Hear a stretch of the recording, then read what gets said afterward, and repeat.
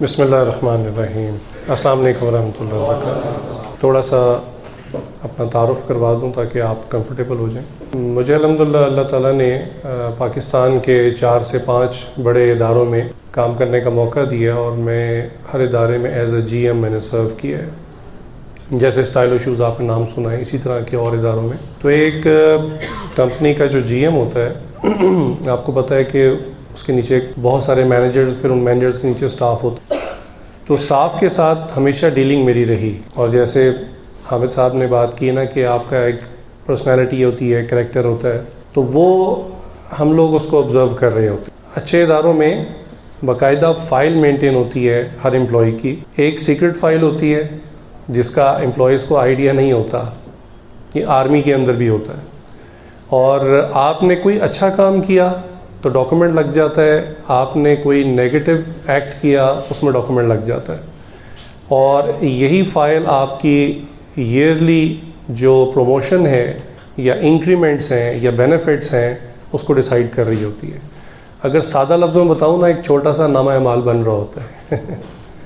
جو senior managers ہیں یا جی ایم ہیں، ڈائریکٹرز ہیں، سی اوز ہیں، انہوں نے ڈیسیژنز لینے ہوتے ہیں، تو اچھے اداروں میں اس چیز کا وہ خیال رکھتے ہیں کہ یار کسی کے ساتھ زیادتی نہ ہو جائے، کہ ایک آدمی بہت جان مار رہا ہے، بہت محنت کر رہا ہے، ہمیں پتہ ہی نہ چلے، پتہ لگے 4 سال اس کی ترقی نہیں ہوئی، اس کو کوئی بینیفٹ ہی نہیں مل رہا، اور ایک آدمی ہے وہ سب کے ساتھ ڈاج کر رہا ہے، اور یعنی ادارے کو بھی پھول بنا رہا ہے اور مینیجرز کی بھی آنکھوں میں دھول جھونک رہا ہے، تو یہ ایک فائل بن رہی ہوتی ہے۔ خیر اینی وے، میں جہاں پر بھی گیا میں نے ہمیشہ اپنے جو ٹیم تھی ان سے یہ بات کی، میں نے کہا دیکھو یار آپ میرے ساتھ کیسے چلیں گے، اس کے 2 طریقے ہیں۔ ایک طریقہ ہے کہ میں آپ کے ساتھ نا بھائیوں کی طرح چلوں، we are just like a family. ٹھیک ہے، رینک میں سینئر ہوں، آپ رینک میں جونیئر ہیں، لیکن میں نے اس چیز کو کبھی بھی بیچ میں آنے نہیں دیا۔ میں نے کہا میں بھائیوں کی طرح چلوں گا، آپ کے پرسنل ایشوز بھی سنوں گا، آپ کے پرابلمز بھی سنوں گا، ان کو سولو کرنے کی کوشش بھی کروں گا۔ اور دوسرا طریقہ ہے کہ پھر میں باس کی طرح ایکٹ کروں، ٹھیک ہے نا، وہ جیسے گرلنگ ہوتی ہے، گرائنڈنگ ہوتی ہے، رگڑا لگتا ہے، میں نے کہا پھر میں وہ والا کام کروں۔ تو ظاہر سی بات ہے میرے اس جملے پر ہر بندے کا ایک ہی جواب ہوتا ہے، جی وہ بھائیوں والا ٹھیک ہے، وہ سٹائل ٹھیک ہے، ہمیں وہی ایکسیپٹ ہے۔ تو یہ جب آپ کسی کو اپنا پازیٹیو سائڈ دکھاتے ہیں تو ہر بندہ اس کو اپریشیٹ کرتا ہے، چونکہ ہر آدمی کو پازیٹیو بندہ پسند ہے۔ تو جس طرح آپ گھر میں ایک فیملی ہوتے ہیں، اسی طرح آپ اپنی ورک پلیس پہ بھی ایک فیملی کی طرح ہوتے ہیں۔ آپ کی جو دوسری برانچ ہے، وہاں میرا سیشن تھا منڈے کو، میں نے وہاں پر بھی یہی بات کی کہ میں نے کہا دیکھیں حدیث میں آیا، نبی کریم صلی اللہ علیہ وسلم نے ارشاد فرمایا ہے کہ 2 چیزوں کی مجھے بہت تاکید کی گئی، بہت زیادہ ایمفسائز کیا گیا۔ ایک فرمایا کہ دانتوں کی صفائی کا، مسواک کا بہت زیادہ کہا گیا، اور دوسرا پڑوسیوں کے حقوق کا بہت زیادہ کہا گیا۔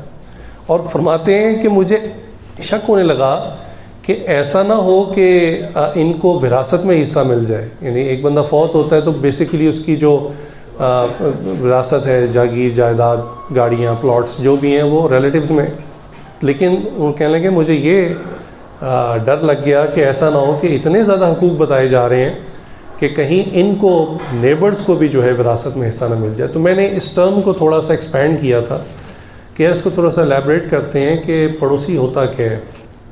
عام کانسیپٹ وہی ہے کہ آپ کے گھر کی دیوار کے ساتھ والا آپ کا پڑوسی ہے۔ میں نے کہا یہ تو بہت نیرو قسم کی ایک عام سی ڈیفینیشن ہے، آپ کے پڑوسی تو بہت ایک ویسٹ یہ ڈیفینیشن ہے، اس کو انڈرسٹینڈ کرنا چاہیے۔ میں نے کہا سب سے پہلے جو آپ کے روم کے ساتھ والے روم میں رہتا ہے نا، وہ آپ کا پڑوسی ہے، وہ آپ کی مدر ہو سکتی ہیں، آپ کے فادر ہو سکتے ہیں، ٹھیک ہے، آپ کے بھائی ہو سکتے ہیں، آپ کی سسٹرز ہو سکتی ہیں، سب سے پہلے ان کے حقوق ہیں۔ دوسرا میں نے کہا جو آپ کی ورک پلیس ہوتی ہے نا، یہاں بھی جو لوگ آپ کے ساتھ آپ کے کولیگز کام کر رہے ہیں یہ بھی آپ کے پڑوسی ہیں۔ دیکھیں ہر بندہ گھر سے بہرحال 4 پیسے کمانے نکلتا ہے، تو آپ لوگ اکٹھے ہوئے ہیں اپنی ارننگ کے لیے، اپنی فائنینسز کو سپورٹ کرنے کے لیے، اور یہاں پر آپ کچھ دیر کے لیے آتے ہیں، اکٹھے ہوتے ہیں اور پھر اپنے گھروں کو چلے جاتے ہیں۔ تو آپ یہاں پر جتنی دیر ہیں آپ پڑوسی ہیں، تو اپنے پڑوسیوں کا خیال رکھیں اس حدیث کے مطابق کہ ان کے اتنے حقوق کا حکم دیا گیا کہ مجھے شبہ لگ پڑا کہ ان کو وراثت میں حصہ نہ مل جائے۔ تو یہ آپ کے جو ساتھ بیٹھے ہوئے آپ کے پڑوسی ہیں، یہ آپ کے ٹیم میٹس ہیں، یہ آپ کی فیملی ہے۔ اور ایک حدیث ہے کہ تم سب کے سب نگہبان اور تم سے سب سے تمہاری رعیت کے بارے میں پوچھا جائے گا، یعنی تم سے تمہارے سب آرڈینیٹس کے بارے میں پوچھا جائے گا. تو یہ ایک پھر چین بنتی ہے کہ نیچے کے جو امپلائیز ہیں ان کے اوپر ایک اسسٹنٹ مینیجر، پھر اس کے اوپر ایک سینئر مینیجر، پھر ایک برانچ مینیجر کے اوپر پھر ایک زونل مینیجر یا کنٹری مینیجر، پھر اس کے اوپر جو ہے وہ جی ایم آتا ہے، یا اس کے بعد پھر ڈائریکٹرز ہیں، سی اوز. یہ ایک پورا نیٹ ورک ہے. تو ہر بندہ ایک دوسرے کا خیال کرے. تو we are like a family, یہ بات سمجھنی چاہیے اور ایک دوسرے کا خیال رکھنا چاہیے. اتنی سی بات اگر آپ نے انڈرسٹینڈ کر لی نا، تو پہلے سٹیپ پہ پازیٹیوٹی آپ کے اندر آ گئی کہ یار میں نے اپنے نیچے والوں کا اور ساتھ والوں کا خیال کرنا ہے. یہ خیال کرنا بڑا ضروری ہے. اچھا، اس پہ میں آپ کو ایک واقعہ سناتا ہوں. ہمارے ایک ٹیچر ہیں، اسپریچول گائیڈ بھی ہیں، خود انجینئر بھی ہیں. انہوں نے اپنا ایک واقعہ سنایا. کہنے لگے کہ میں چھوٹا تھا، اسکول گوئنگ بچہ تھا، تو اب چھٹیاں ہوئی گرمیوں کی، تو میرے ایک دوست نے مجھے کہا، جو کلاس فیلو تھا، کہ یار تم نے کبھی گاؤں دیکھا ہے؟ تو کہتے میں نے کہا میں نے تو گاؤں نہیں دیکھا. انہوں نے کہا چلو اس چھٹیوں میں نا میرے ساتھ چلو، میں تمہیں اپنا گاؤں دکھاتا ہوں. تو کہنے لگے میں نے گھر سے اجازت لی اور میں اس کے گاؤں دیکھنے کے لیے چلا گیا. تو کہنے لگے اس نے مجھے نا کھیت دکھائے. میں نے زندگی میں فرسٹ ٹائم نا، ایک چھوٹا بچہ تھا، کہنے میں نے پہلی مرتبہ کھیت دیکھے کہ اچھا گندم یہاں اگتی ہے، کپاس یہاں اگتی ہے. لائک پہلی مرتبہ میں نے فیلڈز میں مجھے جانا ہوا. کہنے لگے لیکن وہاں پہ میں نے ایک عجیب سی چیز دیکھی. میں نے کیا دیکھا کہ وہ جو جانوروں کا فلتھ ہوتا ہے نا، گندگی، وہ کھیت کے اندر نا پائل اپ کی ہوئی ہے، ڈھیر لگا کے رکھا ہوا ہے. تو کہنے لگے مجھے بڑی نفرت ہوئی. میں نے اپنے دوست سے پوچھا یار یہ اتنی گندگی اور یہ فلتھ، بندہ دور بھاگتا ہے اس سے، اور یہاں سبزیاں اگتی ہیں، گندم اگتی ہے، ویجیٹیبلز ہیں، ہم کھاتے ہیں، اور یہ گندگی یہاں کیوں اکٹھی کی ہوئی ہے؟ تو اس بچے نے بھی کہا کہ چلو یہ انکل کام کر رہے ہیں یہاں، فارمر ہیں، ان سے پوچھ لیتے ہیں کہ یہ گند یہاں کیوں اکٹھا کیا ہوا ہے. تو کہنے لگے جب وہ ان سے بات کی، جو کسان کام کر رہا تھا، کہ انکل آپ نے یہ سبزیوں کے ساتھ اور یہ اتنا اچھا کھیت ہے، یہ گندگی کیوں اکٹھی کی ہوئی ہے؟ تو اس نے ایک بات کہی. اس نے کہا بیٹا آپ بچے ہیں، آپ تو شاید اس کو گندگی یا فلتھ کی شکل میں دیکھتے ہیں، ہم کسان لوگ ہیں، ہم اس کو ایز اے فرٹیلائزر دیکھتے ہیں. یہ جو چیز جس کو آپ گندگی کہہ رہے ہیں نا، ہم اس کو مٹی میں ملاتے ہیں، تو جس مٹی میں اس کو ملا دیتے ہیں نا، یہ اس کو فرٹائل کر دیتی ہے، اس کو کارآمد بنا دیتی ہے. وہ کہنے لگے میں اس وقت چھوٹا تھا، بچپن کی بات میں نے سنی ہوئی تھی. جب میں بڑا ہوا تو میں نے اس بات کو اس اینگل سے دیکھنا شروع کیا، سوچنا شروع کیا کہ یار اگر ایک چیز جس کو ہم گندگی کہتے ہیں، نجاست کہتے ہیں، فلتھ کہتے ہیں، اگر وہ مٹی میں ملا دی جائے تو وہ مٹی کو نفع دے دیتی ہے. ہم انسان اشرف المخلوقات ہو کر اگر اپنے ساتھ والے کو نفع نہیں دیتے تو ہم اس فلتھ سے بھی گئے گزرے. تو اس لیے ہمیں اپنے ساتھ والے کو نفع دینا ہے اپنی ذات سے، ایٹ لیسٹ یہ کہ ہم کسی کو نقصان نہ دیں. تو یہ جیسے حامد صاحب بات کر رہے تھے کہ آپ کا جو ایک برانڈ ہے، اس برانڈ کے کچھ ایتھیکل پوائنٹس اگر فیمس ہو جائیں پورے شہر میں. مثال دیتا ہوں، بعض کا کوئی کسٹمر نا اپنا والیٹ بھول جاتا ہے، اپنا سیل فون بھول جاتا ہے، تو انفارچونیٹلی کہنا چاہیے، افسوس کے ساتھ کہنا چاہیے، پاکستان میں کہیں بھی ایسا ہو تو لیس دین اے منٹ وہ چیز غائب ہو جاتی ہے اور وہ دوبارہ پھر ملتی نہیں ہے. تو ہو سکتا ہے آپ ہی کی ایک ایتھیکل ویلیو یہ فیم پکڑ لے کہ یار چیزیس میں جب آپ جائیں اور آپ کی کوئی چیز گم ہو جائے نا، آپ ہفتے بعد بھی جا کے مانگیں گے، وہ آپ کے سامنے رکھ دیں گے. یہ ایک ایتھیکل ویلیو ہے، اور اس کی وجہ سے آپ کی آرگنائزیشن کی بھی ویلیو بنے گی، آپ کی بھی ویلیو بنے گی. لہٰذا یہ جو ایتھکس ہے نا، یہ آپ کو پروموٹ کرتے ہیں ورلڈ لیول پہ. جیسے حامد صاحب بھی بات کر رہے تھے کہ جب آپ ایک تو ہے پاکستان میں رہنا، ہمارا اپنا ایک کلچر ہے، اپنی نارمز ہیں، اپنی چیزیں ہیں، اور بعض اوقات ہم مینٹلی ایکسیپٹ کر لیتے ہیں کہ ہاں یار ہم ہیں ہی برے. یہ بات غلط ہے. We have to change this image. اور جو لوگ ابراڈ جاتے ہیں نا، وہ اس کا بڑا خیال کرتے ہیں کہ یار ہم پر پاکستان کا ٹیگ لگا ہوا ہے، تو ہم نے کوئی الٹا کام نہیں کرنا یہاں، تاکہ ہم اس داغ کو دھونے میں کم از کم کچھ نہ کچھ حصہ اپنا ڈالیں. تو آپ کے پاس بھی یہ چانس ہے کہ آپ جب اپنے کلائنٹس کو، کسٹمرز کو ڈیل کرتے ہیں تو آپ بھی اس کو چینج کر سکتے ہیں. میں نے ایک ایکسپیریمنٹ کی بات کی تھی، یوٹیوب پہ ایکسپیریمنٹ پڑا ہوا ہے، آپ دیکھ لیجیے گا. ایک یونیورسٹی کا اسٹوڈنٹ ہے، اس نے ایک ایکسپیریمنٹ شیئر کیا، اس نے ولاگ کیا. اس نے کہا جی ہمیں ایک اسائنمنٹ ملی ہے، ہمارے جو ٹیچر ہیں انہوں نے ہمیں یہ بات پڑھائی، یہ بتائی ہے کہ ایوری ورڈ یو سے ہیز این امپیکٹ. ہم جو بولتے ہیں، جو کہتے ہیں، اس کا اثر ہوتا ہے. تو ہمارے پروفیسر نے ہمیں ایک ایکسپیریمنٹ دیا کرنے کے لیے, اور وہ کیا ہے, انہوں نے کہا 2 گلاس لیے اور سیم ٹیپ واٹر, نلکے کا پانی ایک جیسے ایک ہی جگہ سے لیا, اور ایک کو ایک کمرے میں رکھ دیا اور دوسرے گلاس کو دوسرے کمرے میں رکھ دیا, اور ایک گلاس کے اوپر جو ہے نا کہنے لگے ہمیں انہوں نے کہا تھا کوئی اچھی اسٹیٹمنٹ لکھ دیں, کوئی اچھے الفاظ لکھ دیں. کہنے لگے اس نے لکھا ہوا تھا وہ ویڈیو میں آئی لو یو, وہ گلاس کے اوپر لکھا ہوا تھا پانی پہ, اور جو دوسرا تھا اس پہ لکھا ہوا تھا آئی ہیٹ یو. تو کہنے لگے ہمیں ایکسپیریمنٹ کا یہ پارٹ ہے کہ ہم نے کچھ عرصہ اس ایکسپیریمنٹ کو کرنا ہے, اور روزانہ وہ جس گلاس پہ آئی لو یو لکھا ہے نا, کہنے لگے اس کے پاس جا کے نا میں کوئی 2-4 اچھے جملے بولتا ہوں کہ تم بڑے اچھے ہو, صاف پانی ہو, تم سے لوگوں کو فائدہ ہوتا ہے. اور جو وہ دوسرا گلاس ہے نا آئی ہیٹ یو, اس پہ جا کر میں الٹے سیدھے کمنٹس کرتا ہوں, تھوڑا سا ابیوزو لینگویج یوز کرتا ہوں. تو کہنے لگے میں آج آپ کو نا اس کا رزلٹ دکھاتا ہوں. تو اس نے وہ دونوں گلاس سامنے رکھے جو سیم ٹیپ واٹر کے تھے, جس پہ آئی لو یو اور اچھے کمنٹس دیے جا رہے تھے, وہ پانی بالکل کرسٹل کلیئر تھا, اور جس پہ آئی ہیٹ یو لکھا ہوا تھا وہ پانی گدلا ہو چکا تھا. تو یہ سی ہم جو کچھ بولتے ہیں نا اس کے اثرات ہوتے ہیں. خیر یہ بعد میں میرے نالج میں آیا کہ پاکستان میں بھی ایک ٹیچر ہیں, ان کے ساتھ فارمر بھی ہیں, تو انہوں نے اپنی فصلوں پہ بھی ایکسپیریمنٹ کیا, اور انہوں نے بھی اسی طرح 2 کھیت تھے ان میں, اور پھر ان کی جو ییلڈ تھی, جو ان کی پیداوار تھی, انہوں نے کہا ان میں بہت زیادہ ڈفرینس تھا کہ ایک جس کو میں اچھے الفاظ بولتا تھا تو وہ اس کی ییلڈ بہت اچھی ہوئی. تو دیکھیں یہ بظاہر بے جان چیزیں ہیں, نان لیونگ تھنگس میں شمار ہوتی ہے. اگر ان کے اوپر ہمارے پازیٹیو ریاکشن کا اثر ہوتا ہے, ہمارے نیگیٹو ریاکشنز کا اثر ہوتا ہے, تو ایک جیتے جاگتے انسان پر کتنا اثر ہوگا. تو ہمیں ہمیشہ پازیٹیو رہنا ہے, پازیٹیو تھنک کرنا ہے, اور پازیٹیو تھنک کرنے میں آپ کی جیب سے کچھ بھی نہیں لگے گا. ٹھیک ہے, انسان جب پازیٹیو سوچنا شروع کرتا ہے اور اس پر پازیٹیو ایکشنز لینا شروع کرتا ہے, تو آپ کی اپنی ایک ورلڈ ہے جو بلڈ اپ ہونا شروع ہو جاتی ہے. میں نے مثال دی تھی جس بلڈنگ میں ہم یہاں بیٹھے ہوئے ہیں, اگر کوئی یہ ایک زمین تھی نا, ایک سادہ زمین تھی, ہو سکتا ہے کسی زمانے میں یہاں بھی کھیت ہوں, بعد میں پلاٹنگ ہو گئی, اب اس وقت بلڈنگ بن چکی ہے. ٹھیک ہے نا, ایک چیزز برانڈ کی بلڈنگ ہے یہاں پہ. لیکن یہ بلڈنگ کیسے بنی؟ کسی نے پازیٹیو سوچا, کچھ کریٹیوٹی کا سوچا کہ یار کوئی بلڈنگ بنائی جائے اور اس میں ایسے ایسے سرو کیا جائے, ایک برانڈ بنایا جائے, تب یہ بلڈنگ بنی اور آج ہم یہاں بیٹھے ہوئے ہیں. اگر کوئی پازیٹیو سٹیپ نہ لیتا, سوچتا ہی نہ, تو آج ہم یہاں نہ ہوتے. تو دیکھیں آپ کی جو دنیا بننی شروع ہوتی ہے نا, وہ پازیٹیوٹی سے بننی شروع ہوتی ہے. اس لیے ہمیشہ پازیٹیو رہیں. میں وہ پاکستانیوں کی بات کی اور نیگیٹو بات میں کرنا نہیں چاہتا, لیکن جسٹ فار این ایگزامپل, وہ یہ پیٹ شاپس ہوتی ہیں نا جہاں پہ مختلف جانور وغیرہ لوگ سیل کرتے ہیں. تو ہمارے انہی ٹیچر کی بات کر رہا ہوں, یہ ابراڈ کہیں گئے تھے, تو وہ بہت بڑی ایک پیٹ شاپ تھی, تو ان کو وہاں جانا ہوا, تو وہ ڈفرینٹ اینیملز وغیرہ انہوں نے رکھے ہوئے تھے, چیزیں رکھی ہوئی تھیں, حتیٰ کہ وہاں پہ تو لوگوں کے گوروں کے عجیب شوق ہیں, وہ سانپ بھی پالتے ہیں, اژدہا بھی پال لیتے ہیں, بچھو بھی پالتے ہیں. تو وہ اس پیٹ شاپ میں نا لائک سارے قسم کے اینیملز تھے. تو کہنے لگے میں جا رہا تھا تو میں نے دیکھا جتنے بھی جانور ہیں, ایون بعض بڑے خطرناک قسم کے زہریلے جانور تھے, تو ان سب کو انہوں نے نا کور کیا ہوا تھا. یعنی ان کے جو جارز تھے ان کے اوپر لڈ تھی, ایک ٹاپ بند تھا اوپر سے.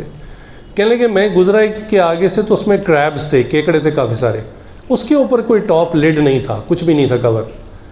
تو کہنے لگے میں نے کہا یار یہ اتنے خطرناک ہیں یہ کیکڑے, دیکھنے میں اتنے ڈراؤنی لگ رہے ہیں, تو ان کو آپ نے کور کیوں نہیں کیا, اگر یہ نکل کے بھاگ جائیں.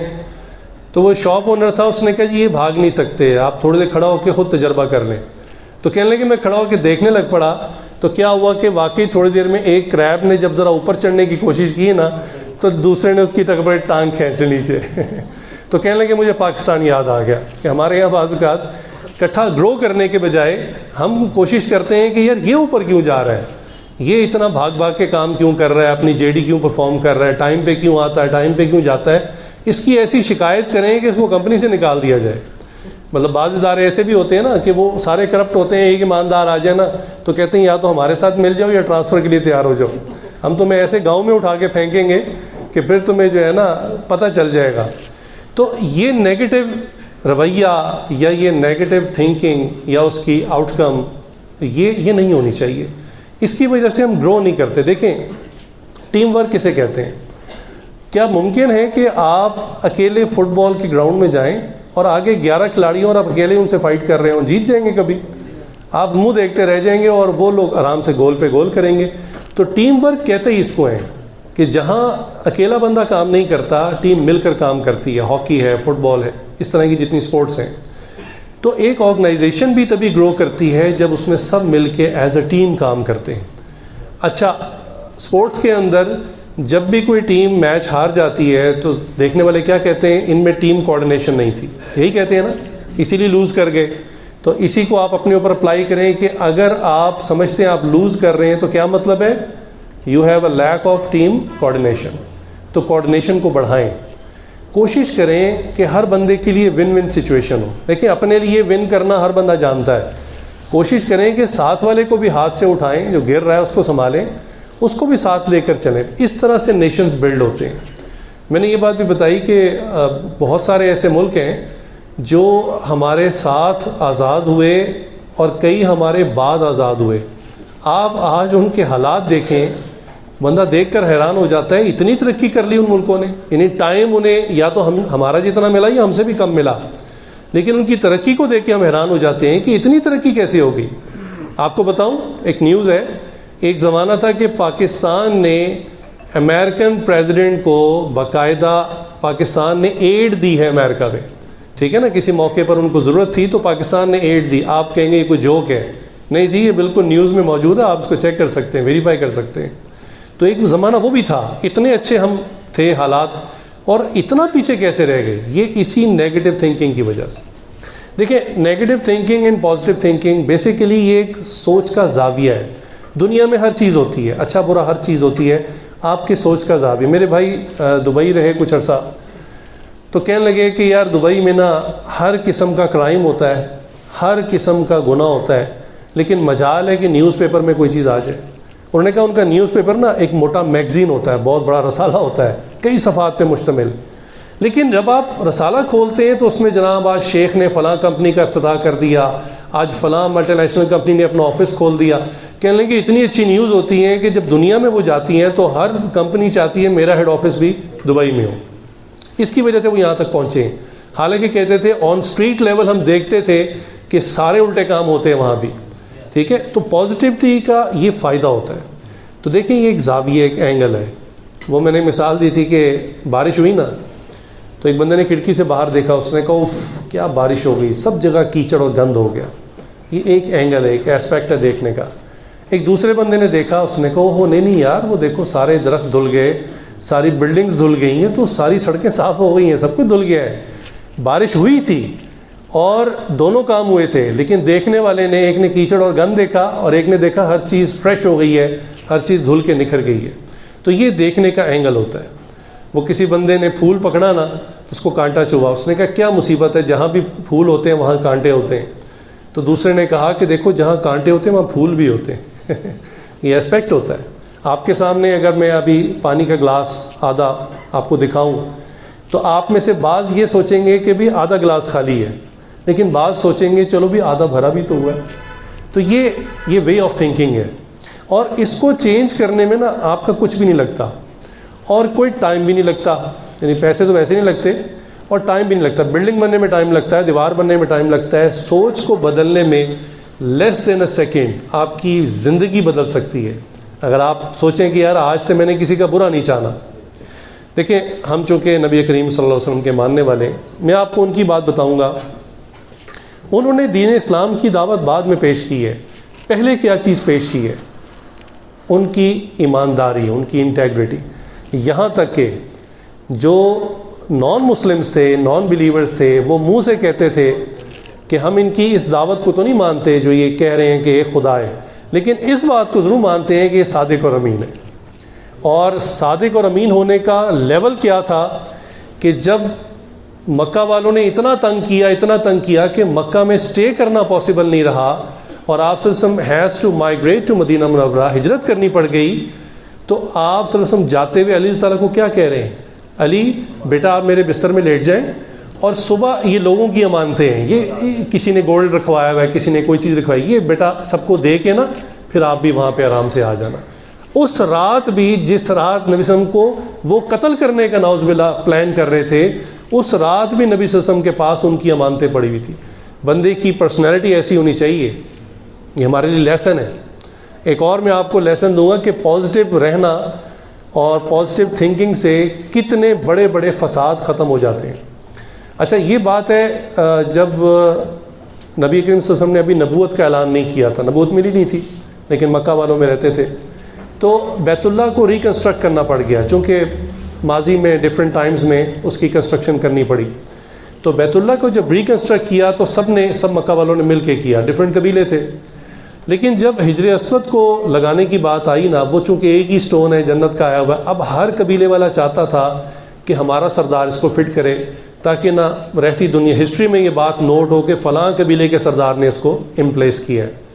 اب اس پہ جھگڑا کھڑا ہو گیا, اور جھگڑا بھی چھوٹا موٹا نہیں, جھگڑا اس لیول کا ہو گیا کہ انہوں نے کہا کہ ہمارا سردار ہی رکھے گا ورنہ تلواریں نکل آئیں, چونکہ وہ لڑنے ورنے میں بہت زیادہ وہ لوگ شروع سے ہی ماہر تھے. تو اب مسئلہ بن گیا قتل ہونے کا. تو کسی سیانے نے, بوڑھے نے کہا بھائی تم اللہ کا گھر بنا رہے ہو, یہاں بھی لڑائی کر رہے ہو. تو انہوں نے کہا پھر آپ مسئلہ حل کریں, لیکن کوئی وڈرا کرنے کے لیے تیار نہیں تھا. وہ کہتا تھا نہ, جس طرح مرضی اتفاق رائے کریں, ہمارا ہی سردار رکھے گا. اب اس پر آ کے نا ایک یعنی وہ ٹائی ہو گیا مسئلہ کہ بھئی پھنس گیا, کیا کریں. اچھا انہوں نے کہا کہ چلو ایسا کرتے ہیں, ہم سب رات سو جاتے ہیں, صبح جو بندہ سب سے پہلے حرم میں داخل ہوگا وہ جو ڈیسیژن کرے گا ہم سب کو ایکسیپٹیبل ہوگا. ایگریڈ؟ انہوں نے کہا جی ایگریڈ. اب آپ سوچ سکتے ہیں ایک طرف وہ مارنے پر آئے ہوئے تھے, کیا رات سوئے ہوں گے وہ؟ ظاہری بات ہے ہر بندہ چاہتا ہوگا صبح سب سے پہلے میں جاؤں. اللہ کی شان سب کو نیند آ گئی سب سو گئے. جب بیدار ہوئے تو اچھا خاصا دن چڑھ چکا تھا. وہ جب دوڑتے ہوئے گئے حرم میں تو ایک شخصیت ایسی نظر آئی کہ انہوں نے, جس نے بھی دیکھا انہوں نے کہا بس بالکل جو یہ کہہ دیں گے ہمیں قبول ہے. اور لوگوں نے دیکھا وہ نبی کریم صلی اللہ علیہ وسلم, ایسی ان کی شخصیت تھی. اچھا معذرت کے ساتھ بعض لوگ الزام لگاتے ہیں کہ اسلام دہشت گردی کا مذہب ہے, لائک لڑنے مرنے کا. تو میرے ایک ٹیچر ہیں, مفتی صاحب ہیں, وہ کہتے ہیں دیکھو اگر یہ لڑنے کا یا دہشت گردی کا ہوتا نا تو یہ بڑا زبردست موقع تھا. نبی کے وسلم فرماتے ہیں ڈیسیژن میرے اوپر ہے, نکالو تلواریں, لڑو آپس میں, جو اینڈ میں بچ جائے گا وہ ونر ہے. کہا میں نہیں. ایک چادر لی, اس پر حجر اسود رکھا اور تمام سرداروں کو کہا اس کے کارنرز پکڑ لو, اور سب نے کارنر پکڑے اور بالکل اس کو اس جگہ کے قریب لے گئے جہاں لگانا تھا, اور وہاں پہ نبی کریم صلی اللہ علیہ وسلم نے اپنے مبارک ہاتھوں سے اس کو نصب کر دیا. سب خوش ہو گئے, سب کی اتفاق رائے سے ہو گیا کام. تو پازیٹیو جو بندہ ہوتا ہے نا وہ بڑے بڑی جنگوں کو رکوا دیا کرتا ہے, بڑے بڑے جھگڑوں کو ختم کروا دیا کرتا ہے. اس لیے ہمیں پازیٹیو رہنا ہے, اور انٹیگریٹی ہماری دیانتداری ہے, ایمانداری ہے. یہ تو ایسی ہو کہ وہی جو حامد بھائی کہہ رہے تھے کہ آپ کا دوست اور دشمن دونوں گواہی دیں. دشمن کہے مجھے بندہ بہت برا لگتا ہے لیکن یہ چور نہیں ہے, جو مرضی ہو جائے, چور نہیں ہے, چوری نہیں کر سکتا, یہ جتنا مرضی مجھے برا لگتا ہے یہ جھوٹ نہیں بول سکتا. تو ایک ہمارا سلوگن بھی ہے کہ کاروبار ختم ہوتا ہے تو ہو جائے, ہم جھوٹ نہیں بولیں گے, ہمیشہ سچ بولیں گے. اس پہ میرے ایک ٹیچر کی بڑی زبردست سیئنگ ہے, میں نے انہوں نے بتایا ہوا ہے کہ وہ کہا کرتے تھے کہ دیکھو جو بندہ بظاہر سچ بولتا ہے نا تو لگتا ہے وہ لوز کر گیا ہے, چونکہ سچ بولنے والے کو موقع پہ سزا مل جاتی ہے, لوگ برا بھلا کہتے ہیں, اور جو جھوٹ بولتا ہے وہ بظاہر ون کر جاتا ہے. تو ان کا یہ جو ان کی کوٹ ہے نا بڑی زبردست ہے. انہوں نے کہا کہ کبھی زندگی میں ایسی سچویشن آ جائے سچ جھوٹ کی, تو فرمایا کہ تم سچ بول کر ہار جانا, کبھی جھوٹ بول کر مت جیتنا. تم سچ بول کر ہار جانا, کبھی جھوٹ بول کر مت جیتنا. چنانچہ جب یہ انڈیا پاکستان ہم اکٹھے رہتے تھے پری پارٹیشن, تو کبھی ایسا ہو جاتا تھا چونکہ دو ڈفرینٹ قومیں تھیں, ریلیجن کا فرق تھا, تو کبھی کوئی نہ کوئی ڈسپیوٹ ہو جاتا تھا, اور وہ بعض کا بڑا ٹھیک ٹھاک جھگڑا بن جاتا تھا. تو ایک پلاٹ تھا ایک علاقے میں, اس پہ ہندو نے کہا کہ یہ میرا پلاٹ ہے, مسلمان نے کہا میرا ہے. پرانی بات ہے, اس زمانے میں اس طرح رجسٹریاں پکے ڈاکومنٹ نہیں ہوتے تھے, لوگ گواہیوں پہ چلتے تھے کہ جی ہاں اس کے دادا کا تھا, اس کے نانا کا تھا, ایسے چلتا تھا. تو اب ڈسپیوٹ ہو گیا, ہندو نے کہا میرا ہے, مسلمان کہتا میرا ہے. اب دونوں جھگڑ رہے اس بات پر. تو مسلمان نے کیا کیا, اس نے کہا یہ اس طرح تو میں لوز کر جاؤں گا. تو جنگ تو اس کی ذاتی تھی نا, اس نے کہا میں ساری مسلمان قوم کو شامل کرتا ہوں. اس نے کہا جی یہ پلاٹ میرا ہے اور میں نے اس میں مسجد بنانی ہے. اب جب باقی مسلمانوں نے سنا کہ اچھا اس کا پلاٹ ہے, مسجد بنانی ہے, جی ہم بھی ساتھ کھڑے, اب مسجد بن کے رہے گی. اچھا ہندو نے دیکھا کہ یار یہ سارے مسلمان تو اکٹھے ہو گئے, ہم تو گئے, ہم تو لوز کر گئے. تو اس نے ہندوؤں کو کہا کہ اچھا ایسا کرو یہ پلاٹ میرا ہے، اگر ہمیں مل جائے گا ہم اس میں مندر بنائیں گے اب ڈسپیوٹ تھا دو بندوں کا، ذاتی پرسنل تھا، اس کو وہ ریلیجس کارڈ پلے کر کے ایک اچھا خاصا ڈسپیوٹ بنا لیا. اچھا انگریز کا زمانہ تھا، برٹشرز کی گورنمنٹ تھی اس وقت، تو وہ عدالت میں چلا گیا، گورے کی عدالت میں. اب گورے نے جب دونوں کے ویوز سنے، باتیں سنی، تو ایز سچ کوئی ڈاکومنٹ تو تھا نہیں، لیکن گورا سمجھ گیا کہ اگر میں نے کسی بھی ایک سائڈ پہ ٹلٹ کیا نا، تو چونکہ مسئلہ اس وقت دین کا بنا ہوا ہے، مسجد اور مندر کا بنا ہوا ہے، تو یہ دوسری پارٹی کو بھی اڑا دیں گے اور مجھے بھی اڑا دیں گے. تو اس نے کہا کہ بھی ایسا کرتے ہیں، ہم اس کیس کو نیکسٹ ہیئرنگ تک پوسٹ پون کر دیتے ہیں. آپ اتنا کر لیں کہ کوئی ایک بندہ باہمی رضامندی سے ڈیسائیڈ کر کے مجھے بتا دیں کہ جو بندہ یہاں آ کے وٹنس کر دے، گواہی دے دے کہ یہ پلاٹ کس کا ہے، اور آپ دونوں پھر اس پر میوچولی ایگری بھی ہوں، ایسی شخصیت ہو. اب جب پوچھا ایسی شخصیت کون ہے، تو اس زمانے میں ایک بزرگ تھے حضرت عبداللہ رحمۃ اللہ علیہ، ان کے بارے میں دونوں نے اتفاق رائے، مسلمانوں نے بھی کر لیا اور ہندوؤں نے بھی کر لیا. ہاں وہ آ کے اگر کہہ دیں کہ یہ پلاٹ مسلمانوں کا ہے، ہم دینے کے لیے دستبردار ہونے کے لیے تیار ہیں. اچھا انگریز نے، وہ جج نے کہا ٹھیک ہے جی، نیکسٹ ہیئرنگ کی ڈیٹ دے دی. اب جب یہ ہندو عدالت سے باہر نکلے تو باہر ایک یعنی پورا علاقہ کھڑا ہوا تھا ہندوؤں کا. انہوں نے کہا تمہارا دماغ خراب ہے، اور بھائی کسی بندے کا نام لینا ہی تھا ثالثی کے طور پہ، تو کسی کم از کم ہندو کا لیتے، وہ مسلمان ہے، وہ مسجد کے لیے ہاں کر دے گا. آپ لوگوں نے یہ کیا کیا؟ آپ کہتے ہیں اب تو بس کہہ دیا، اب دیکھتے ہیں کیا ہوتا ہے. نیکسٹ ہیئرنگ کے اوپر ایک دنیا باہر کھڑی تھی، ہندو بھی مسلمان بھی، کچھ ہندو مسلمان کورٹ کے اندر تھے. تو ان بزرگوں کو بلایا گیا اور پوچھا کہ جی آپ کو زحمت اس لیے دی ہے، آپ اس علاقے کے پرانے رہنے والے ہیں، آپ وٹنس کریں. ہمیں چونکہ نہ ہندو صحیح بات بتا رہے ہیں نہ مسلمان صحیح بات بتا رہے ہیں، آپ بتائیں یہ پلاٹ کس کا ہے. انہوں نے کہا جی یہ پلاٹ ہندوؤں کا ہے. انہوں نے کہا وہ کہتے ہیں ہم یہ پلاٹ ہمارا، اس پہ ہم مندر بنائیں گے. انہوں نے کہا جب پلاٹ ان کا ہے وہ مندر بنائیں، گھر بنائیں، پلازا بنائیں، ان کی مرضی، جو مرضی کریں. تو انگریز نے وہ اپنے رجسٹر پہ، فائل پہ جو فائنل ورڈز ہوتے ہیں نا، وہ کیا لکھے، سننے سے تعلق رکھتے ہیں. اس نے لکھا کہ آج کی اس عدالت میں، اس کیس میں مسلمان کیس ہار گئے لیکن اسلام جیت گیا. آج کی عدالت میں مسلمان کیس ہار گئے، اسلام جیت گیا. اچھا اس پر ہندوؤں نے بھی اناؤنسمنٹ کی کہ آپ نے اپنا فیصلہ دے دیا، ہم بھی اپنا فیصلہ دیتے ہیں. اتنا اچھا دین ہے کہ انہوں نے سچ بولنے میں اپنے مسلمانوں کا بھی خیال نہیں کیا. اتنا سچا دین ہے، لہٰذا ہم کلمہ پڑھ کے مسلمان ہوتے ہیں، ہم اپنے ہاتھوں سے مسجد بنائیں گے. چنانچہ یہ مسجد انڈیا کے اندر ہے، اور ہمارے ایک ٹیچر وہاں گئے بھی تھے، تو انہوں نے کہا اس کے پیچھے یہ واقعہ ہے. تو خیر بات یہ چل رہی تھی کہ آپ کبھی بھی کسی معاملے میں اپنے بھائی کو کبھی بھی غلط طریقے سے سپورٹ نہ کریں. ہمارے ایک مزاج ہے، دو بھائی گاڑی میں جا رہے ہیں نا، اور آگے چھوٹی موٹی ٹکر ہو گئی ہے، تو اب جو بھائی ساتھ بیٹھا ہے، ایک تو ڈرائیو کر رہے ہیں، جو ساتھ بیٹھا ہے نا، اس کو پتہ ہے کہ میرے بھائی کی غلطی 100% مسٹیک اس کی ہے، لیکن پھر بھی وہ اتر کے اپنے بھائی کو ڈیفینڈ کرے گا اور دوسرے کو کہے گا تم غلط ہو. حالانکہ یہ بات غلط ہے. یہ آپ کی ایتھیکل ویلیوز، جیسے نا انسان کا ضمیر ہوتا ہے، رات نیند نہیں آتی لوگوں کو. کئی ایسے لوگ ہیں جنہوں نے قتل تک کر دیے اور اس کے بعد ان کو پکڑا بھی نہیں گیا، پولیس میں وہ نہیں آ سکے، کوئی ثبوت نہیں تھا، وہ کچھ عرصے بعد خود ہی تھانے چلے گئے. انہوں نے کہا راتوں کو نیند نہیں آتی، اس سے اچھا ہم پھانسی لگ جائیں. کہ ہمارا ضمیر ہمیں اتنا جھنجھوڑتا ہے، اتنا جھنجھوڑتا ہے کہ ہم راتوں کو سو نہیں سکتے. لہٰذا اس سے اچھا ہم مر جائیں، لیکن ہم اس جھوٹ کے ساتھ زندہ نہیں رہ سکتے. تو لوگوں کے اتنے یعنی اسٹرانگ ایتھکس ہوتے ہیں، اتنے اسٹرانگ ان کی پرسنالٹی ہوتی ہے کہ وہ کہتے ہیں کہ جھوٹ ہمیں ہضم نہیں ہو سکتا. لہٰذا ہمیشہ پازیٹیو رہنا چاہیے. ہمارے لاہور کی ایک بہت عظیم شخصیت ہے حضرت علی حجویری رحمۃ اللہ علیہ، جو مشہور ہیں داتا صاحب کے نام سے. ہر بندہ لاہور کیا پاکستان والے سارے جانتے ہیں. اچھا ان کی زندگی کا ایک واقعہ ہے کہ ایک مرتبہ نا دریائے راوی کراس کر رہے تھے کسی کام سے. اس زمانے میں دریائے راوی بہت بھرا ہوتا تھا، کشتی چلتی تھی. تو یہ کشتی میں بیٹھے ہوئے تھے، تو کشتی میں ہندو بھی تھے، مسلمان بھی تھے، بڑے بھی تھے، چھوٹے بھی، سب بیٹھے ہوئے تھے. گرمیوں کے دن تھے، جون جولائی کے. تو انہوں نے نا حلق کروایا ہوا تھا، ٹینٹ کروائی ہوئی تھی. اب گرمیوں کا موسم تھا، یہ کشتی میں ایک طرف بیٹھے ہوئے تھے اور ٹوپی سر سے اتاری بھی تھی اور ان کے سر پہ بال نہیں تھے، گنج تھی. تو بچے آپ کو پتہ شرارتی ہوتے ہیں. تو ایک بچہ اٹھا اور جا کر نا اس نے ان کی ٹینٹ پہ نا ایسے ہاتھ پھیرا شرارت سے.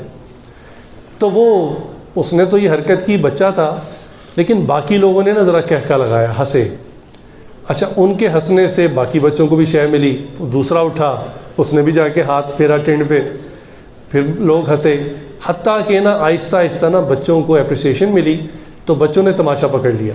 اب ایک بچہ اٹھتا جا کے سر پہ ہاتھ لگاتا، سب لوگ ہنستے، حتیٰ کہ ایک بچہ اور شرارتی تھا، اس نے ہاتھ بھی لگایا ایک چپت بھی لگا دی اب پھر لوگ کہہ کے لگا کے ہنس رہے ہیں۔ اب یہ اتنے بڑے اللہ کے ولی تھے کہ یہ کشتی میں ہیں اور یہ آنکھیں بند کر کے نا اللہ کے ساتھ لا لگا کے بیٹھے ہوئے ہیں، ان کو کوئی پتہ نہیں کہ لوگ کیا کر رہے ہیں، مطلب پتہ تو تھا لیکن وہ بادر نہیں کرتے۔ تو وہ لوگ بار بار یہ کر رہے ہیں، بچوں کو منع بھی نہیں کر رہا، حالانکہ بڑے بھی بیٹھے ہوئے ہیں، مائیں بھی بیٹھی ہوئی ہیں۔ حتیٰ کہ جب اتنی بدتمیزی شروع ہو گئی اللہ کے ولی کے ساتھ تو اللہ تعالیٰ نے ان کے دل میں ایک بات ڈالی، فرمایا کہ علی جبیلی رحمۃ اللہ کو کہ آپ کے ساتھ یہ اس طرح سے بدتمیزی کر رہے ہیں، آپ اگر ابھی ہاتھ اٹھا دیں تو ہم اس کشتی کو الٹا دیں گے اور سب کے سب یہ ڈوب کے ہلاک ہو جائیں گے۔ علی جبیلی رحمۃ اللہ کے بارے میں آتا ہے جیسے ہی انہوں نے ان کے دل میں یہ الفاظ اللہ کی طرف سے انہوں نے آنکھیں کھولی اور ہاتھ اٹھا دیے اور کہا کہ یا اللہ میں دعا کرتا ہوں کہ اگر آپ نے کشتی الٹنی ہی ہے تو ان کے دل کی کشتی کو الٹ دیں۔ چنانچہ کتابوں میں لکھا ہے کہ کشتی میں اس وقت جتنے لوگ سوار تھے سب کلمہ پڑھ کے مسلمان ہو گئے، اللہ کے ولی بن کے بنے۔ تو دیکھیں پازیٹیو تھنکنگ ہمیشہ ہمارے جو بڑے ہیں، جو بزرگ ہیں جن سے ہم نے دین سیکھا، جنہوں نے دین ہمارے خطے میں پھیلایا، انہوں نے ہمیشہ ہمیں پازیٹیو رہنے کا، اور ایمانداری تو ایسی ہے ہماری۔ میں ایک لاسٹ بات کر کے بس سیشن کو کلوز کرتا ہوں۔ ایک وقت تھا کہ ہمارے بادشاہ تو کیا، ہمارے عمراء کیا، غربا کیا، ہر آدمی بہت ہائی لیول کا دیندار تھا اور ایماندار تھا، آنیسٹی اس کے اندر بہت تھی۔ حتیٰ کہ مسلمانوں کے جو فقیر تھے نا، مانگنے والے، یہ بھی بہت دیانتدار تھے۔ چنانچہ ایک عجیب واقعہ کتابوں میں لکھا ہوا ہے کہ ایک انگریز جس کا تعلق مطلب آرکیٹیکچر سے تھا، تو یہ مختلف آرکیٹیکچرل سائٹس کو جا کے دیکھا کرتا تھا۔ تو یہ انڈیا کے اندر ایک ہے جامع مسجد دلی، یہ مغلوں کی بنائی ہوئی ہے، جیسے ہمارے یہاں مغلوں کی کنسٹرکشنز ہیں، واقعی بڑی یونیک ہیں، بڑی ڈیفرنٹ ہے۔ تو یہ دیکھنے کے لیے گیا۔ اچھا اس کی نا کافی سٹیئرز ہیں، کافی سیڑھیاں، اس کا پوڈیم کافی ہائی ہے۔ تو یہ سیڑھیاں چڑھ رہا تھا کہ ایک مانگنے والا آیا اللہ کے نام پہ کچھ دیتے، تو وہ گورے نے اپنا والیٹ نکالا، اس کو کچھ پیسے دیے اور وہ اندر چلا گیا۔ اچھا اس نے جا کے وہ مسجد دیکھی، اس کو بڑا اچھا لگا کہ کنسٹرکشن کے لحاظ سے اس میں کافی پوائنٹس تھے اس کے۔ خیر جب وہ واپس گھر آیا تو اس نے اپنی بیوی سے شیئر کیا کہ آج میں مغلوں کی ایک کنسٹرکشن دیکھ کر آیا ہوں، بڑی زبردست تھی اور آرکیٹیکچر کے اس میں اتنے پوائنٹس تھے۔ اچھا بیوی بھی آرکیٹیکٹ تھی، اس نے کہا آپ مجھے بھی لے جاتے، چلو نیکسٹ سنڈے چھٹی ہے، ہم کٹھے چلے جائیں گے۔ اب نیکسٹ سنڈے سے پہلے وہ گورے نے یہ فیل کیا کہ اس کا والیٹ کہیں مس پلیس ہو گیا۔ اب اس کو پریشانی ہوئی کہ کچھ پیسے بھی تھے، ڈاکومنٹ بھی ہوتے ہیں، اہم کارڈز بھی ہوتے ہیں، تو اس نے کہا پتہ نہیں کہاں چلا گیا۔ بعد اس نے گھر میں تلاش کیا، اس کو نہیں ملا۔ خیر نیکسٹ سنڈے جب وہ بیوی کے ساتھ آیا اور وہ لوگ پھر سیڑھیاں چڑھ رہے تھے تو وہی فقیر نا دوڑتا ہوا آیا۔ اس نے کہا صاحب جی ایک منٹ ٹھہریں۔ اس نے کہا ہاں کیا بات ہے؟ اس نے کہا آپ نے پچھلی بار مجھے پیسے دیے تھے اور جب آپ بٹوا جیب میں ڈال رہے تھے نا آپ کا بٹوا گر گیا تھا، یہ آپ کا بٹوا ہے۔ اچھا وہ انگریز بڑا حیران ہوا، اس نے پہلے نا والیٹ کو کھولا، اس نے کہا اس میں پیسے پوسے کوئی نہیں ہوں گے، باقی چیزیں واپس کر رہا ہے مجھے۔ تو اس نے دیکھا تو اس میں تمام کی تمام چیزیں انٹیکٹ تھیں، پیسے پورے تھے، کارڈز، ہر چیز پوری تھی۔ تو اس نے کہا مجھے ایک بات بتاؤ، تم تو لوگوں سے بھیک مانگتے ہو، 1-1 روپیہ مانگتے ہو، اور میرا والیٹ گر گیا مجھے پتہ بھی نہیں اور اس میں تو اچھی خاصی رقم تھی، تم نے پھر کیوں مجھے یہ واپس کیا ہے؟ تو اس فقیر کا جواب سننے والا ہے۔ اس نے کہا کہ بھئی بات یہ کہ میرا ضمیر تو پہلے یہ کہتا رہا کہ بھئی تمہیں 1-1 روپے کی ضرورت ہوتی ہے اور یہ اتنے زیادہ اکٹھے خود ہی مجھے مل گئے ہیں، لیکن مجھے ایک خیال آیا کہ ایسا نہ ہو کہ کل قیامت کے دن نبی کریم صلی اللہ علیہ وسلم کے سامنے جب میرا کیس جائے گا کہ اس بندے نے جو ہے وہ فلاں بندے کا والیٹ اٹھا لیا، تو کہنے لگے کہ اس شرمندگی کی وجہ سے کہ نبی کریم صلی اللہ علیہ وسلم کے سامنے مجھے شرمندگی اٹھانی پڑے گی، میں نے ارادہ کر لیا تھا کہ جب آپ مجھے دوبارہ نظر آئیں گے میں آپ کا والیٹ آپ کو واپس کروں گا۔ تو دیکھیے ایک ایتھیکل چیز ہے جو انسان کا ضمیر ہے، ایک آخرت ہے۔ حامد بھائی نے بھی یہی بات کی کہ ہم بینگ اے مسلم، یا ایون ہمارے بھائیوں میں کوئی کرسچن بھی بیٹھا ہوا ہے تو کوئی ایسی بات نہیں، وہ بھی بلیورز میں سے ہیں، اللہ پر یقین رکھنے والے ہیں، آخرت پر یقین رکھنے والے ہیں۔ تو ہم سب کا اس میں عقیدہ ایک ہے، یقین ہے کہ ہم اللہ کے سامنے جب جائیں گے تو وہی 4 سوال کہ مال کیسے کمایا اور کیسے خرچ کیا، تو اس کا ہمارا آڈٹ ہوگا، کمپلیٹ آڈٹ رپورٹ بن رہی ہے آلریڈی جیسے میں نے کہا نا, اچھی آرگنائزیشن بناتی ہیں, ہمیں سمجھانے کے لیے کہہ دیا آپ کے رائٹ اور لیفٹ پہ 2 فرشتے بیٹھے ہیں, ایک جو ہے وہ گڈ ڈیڈز لکھ رہا ہے اور ایک آپ کی بیڈ ڈیڈز لکھ رہا ہے, آپ کے برے اعمال کو لکھ رہا ہے, اور قیامت کے دن یہ ہمیں دکھا دیا جائے گا, اور یہ اللہ کے لیے بہت آسان ہے. میرے ایک ٹیچر ہیں, وہ امریکہ بہت آتے جاتے تھے کسی زمانے میں, وہ کہنے لگے وہاں ایک بڑی پوش سوسائٹی تھی, ان کا قبرستان بھی ویسا ہی تھا, تو کہنے لگے بعض قبروں کے اوپر نا LCDs لگی ہوئی تھی, تو کہنے لگے میں بڑا حیران ہوا کہ قبروں پہ LCD کا کیا کام ہے.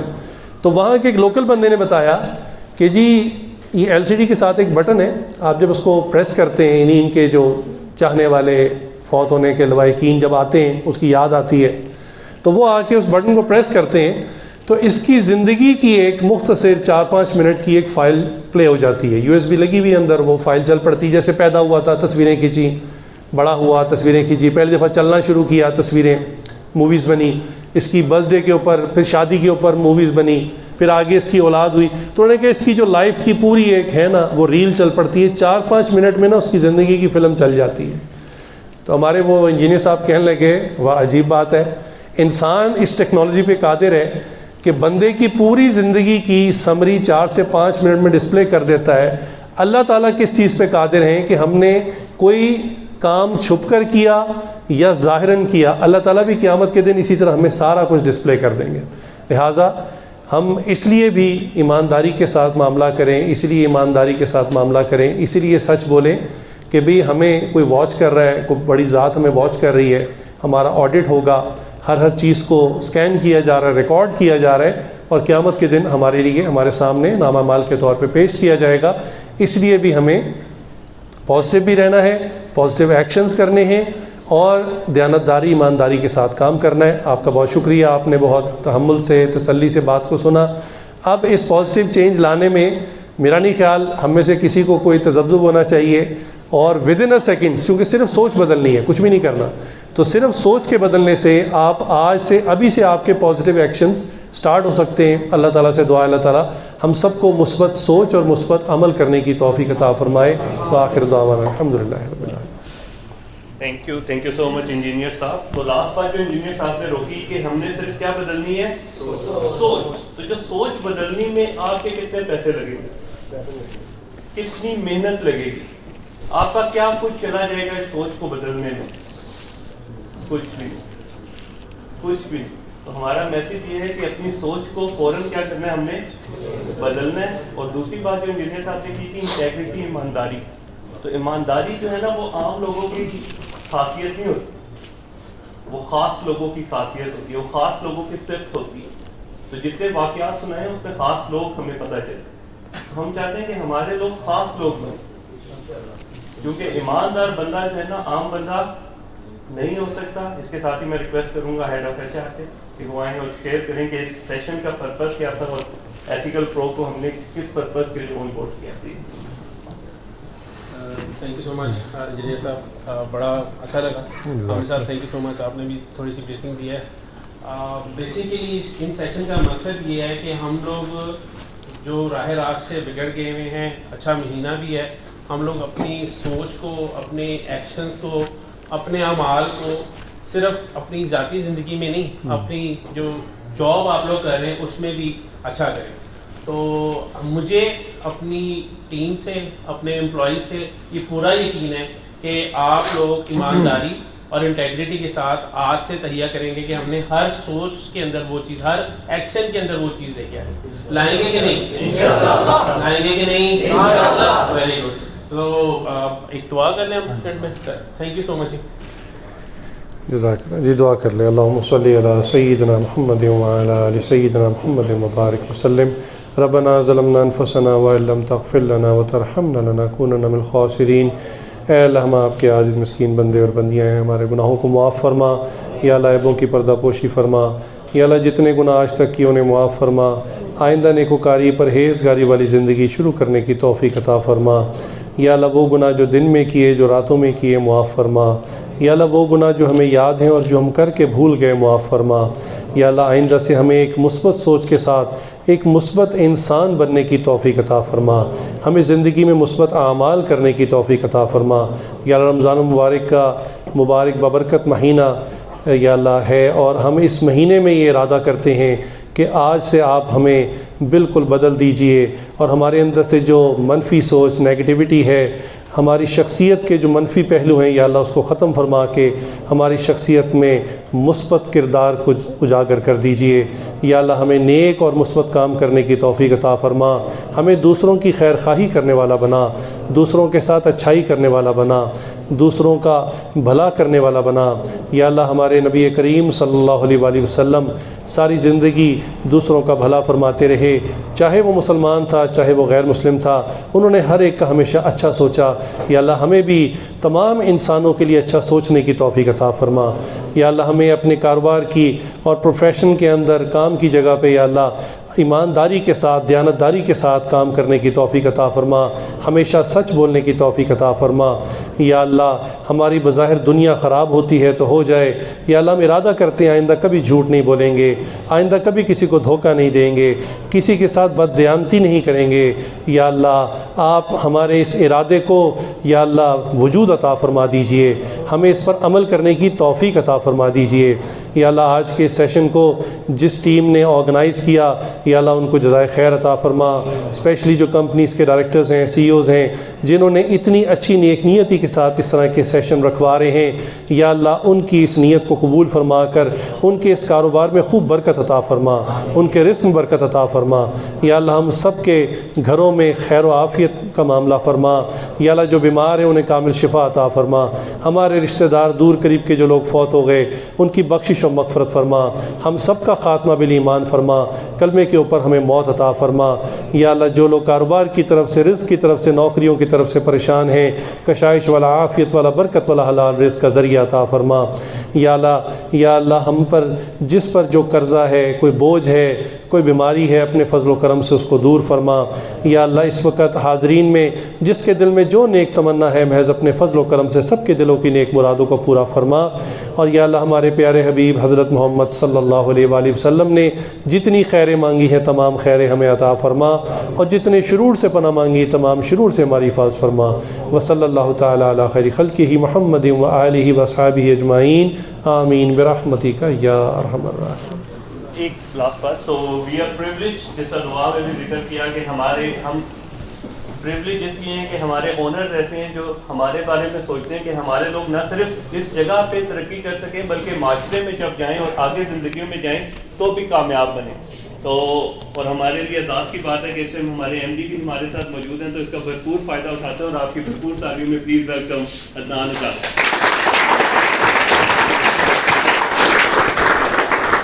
السلام علیکم۔